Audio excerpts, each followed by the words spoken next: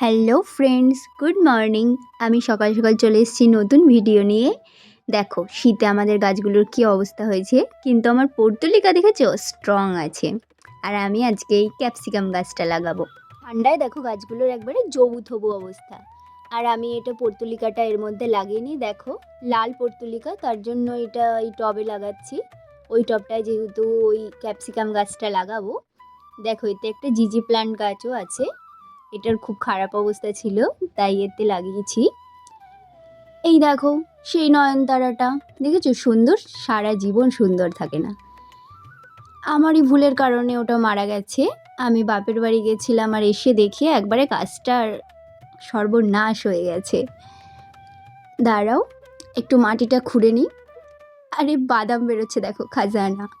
আমি কিছুটা kitchen compost দিয়ে দিলাম, একটু ভালো করে গুঁড়ো করে নিই। দেখো কি অবস্থা হয়েছে। এরপর দেব একটু খোল, কারণ এগুলো অনেক পুরনো তো তোমরা গুঁড়ো করে দেবে, গুঁড়ো করে দিলে বা জলের সাথে মিশিয়ে দিলে ভালো হয়, কিন্তু আমি এভাবেই দিয়ে দিলাম কারণ অনেক দিন হয়ে গেছে। আর এটা হলো ঘুটের গুঁড়ো। এগুলো ভালো করে মিক্স করে নিই। এবার গাছটা লাগিয়ে দেবো। একটু তার আগে দিয়ে নিই এই যে মহাপ্রসাদ, তেমন কিছুই না, এর মধ্যে আছে হাড় গুঁড়ো আর ডিমের গুঁড়ো। সরি ডিমের গুঁড়ো না, ডিমের খোসার গুঁড়ো। এতে গাছের ক্যালসিয়ামের অভাবটা পূরণ করবে। দাঁড়াও একটু ভালো করে বের করতে হবে।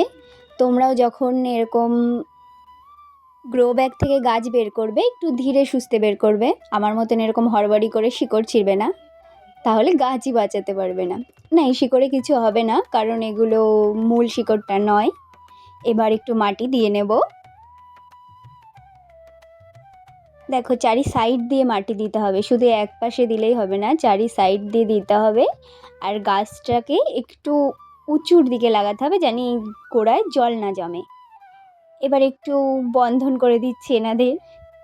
এরপর গাছটাকে আগা থেকে গোড়াও পর্যন্ত ভালো করে জল দিয়ে ভিজিয়ে দেবে, তারপর একটা ছায়া জায়গায় রেখে দেবে।